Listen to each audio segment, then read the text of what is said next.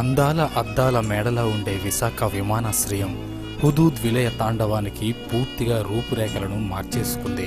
అత్యాధునికతను తన సొంతం చేసుకున్న ఎయిర్పోర్ట్ తుఫాన్కి నిలువెత్తు సాక్ష్యంగా నిలిచింది.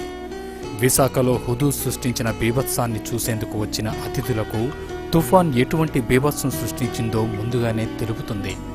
విశాఖను సందర్శించేందుకు వచ్చిన ప్రధాని మోడీ విశాఖ ఎయిర్పోర్ట్ను చూసి చలించిపోయారు. తుఫాన్ తాకిడికి నగరం ఎంత వణికిపోయిందో అక్కడే అర్థమైపోయింది. దీనికి సాక్ష్యం కేవలం 30 కిలోమీటర్ల దూరాన్ని ప్రయాణించేందుకు 2.5 గంటలు తీసుకుని మరీ విశాఖ పరిస్థితులను నిశాంతంగా పరిశీలించారు. ఎప్పుడూ కలకలలాడే ఎయిర్పోర్ట్లో ఇప్పుడు నిలుచునేందుకు కనీసం కాసింత ప్లేస్ కూడా లేదు. టెర్మినల్ భవనం పైకప్పు పూర్తిగా తొలగిపోగా చెక్కింగ్ సెంటర్ శిథిలమైపోయింది.